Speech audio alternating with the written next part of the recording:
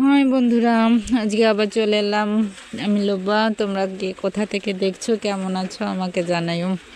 তো আজকে চলে এসেছি তেলাপুয়া মাছ নিয়ে। পুকুর থেকে আমি বসি দিয়ে ধরেছি।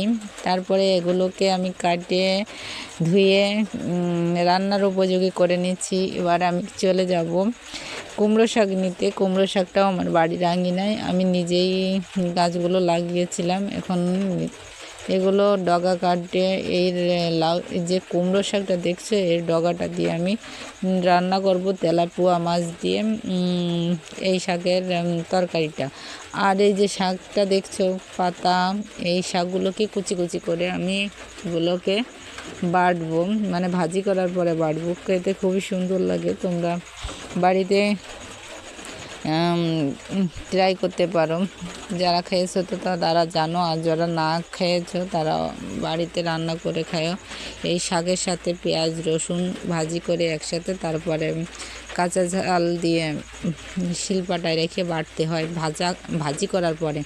যাই হোক, দেখো মাছগুলোকে আমি তেল ওই লবণ হলুদ মাখিয়ে ভাজি করার জন্য রাখছি। আমি এক পাশে কড়াইটা গরম করে দেওয়া আছে। আমার ভিডিওটা আজকে একটু স্কিপ করে দেখাচ্ছি সম্পূর্ণ নাম। তো আমার ভাজিও মানে তেলটা দেওয়ার পরে আমি ভাজি করে এগুলো তুলে রাখছি। যেহেতু আজকের ভিডিওটা একটু স্কিপ করে দেখানো, একদম A to Z নাম, কিছুটা আমি কাটছাট করে দেখাচ্ছি। ভিডিওটা অনেক বড় হয়ে গেছে, যার জন্য আমি একটু কেটে কেটে দেখাচ্ছিলাম।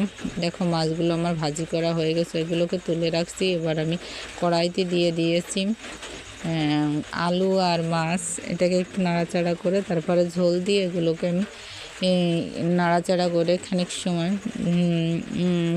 অপেক্ষা করছিলাম। ঝোলটা যখন টকবক করে ফুটে উঠছে, তারপরে আমি শাকগুলোকে দিয়ে একটু নাড়াচাড়া করে তারপরে একটু ঢাকা চাপা দিয়ে রাখবো। কিছুটা সময় ঢাকা চাপা দিয়ে রাখার পরে আমরা যারা ঘরোয়া রান্নাবান্না করি সবাই কম বেশি জানে। তারপরেও যারা জানে না তারা অবশ্যই আমার ভিডিওটাও খেয়াল করে দেখুন, তাহলে তোমরা রান্নাগুলো খুব সুন্দর করে শিখতে পারবে। যাই হোক, আমার রান্নাটা দেখে ফিরে এইভাবে রান্না করে আমাকে জানাবে যে রান্নাটা কেমন হয়েছিল। আগে থেকে যদি বলো যে রান্নাটা খারাপ হয়েছে, সেটা কিন্তু খুবই বাজে বিষয়। অবশ্যই আমার ভিডিওটা দেখার পরে আমি যেভাবে রান্না করছি এইভাবেই রান্না করে দেখো, অনেক মজা হয়। আমি সত্যি বলছি, কারণ আমি বাড়িতে অনেকবারই এভাবে রান্না করে খেয়েছি।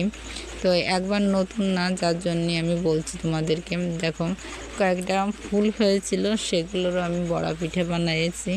এই পিঠাগুলো খেতে খুবই সুন্দর, খুবই মজার হয়। কুমড়ো ফুলের পিঠা শীতকালে তো খুবই মজার ব্যাপার, মানে মজাদায়ক, সবার জন্য, সবাই ভালোবাসে। দেখো আমার রান্না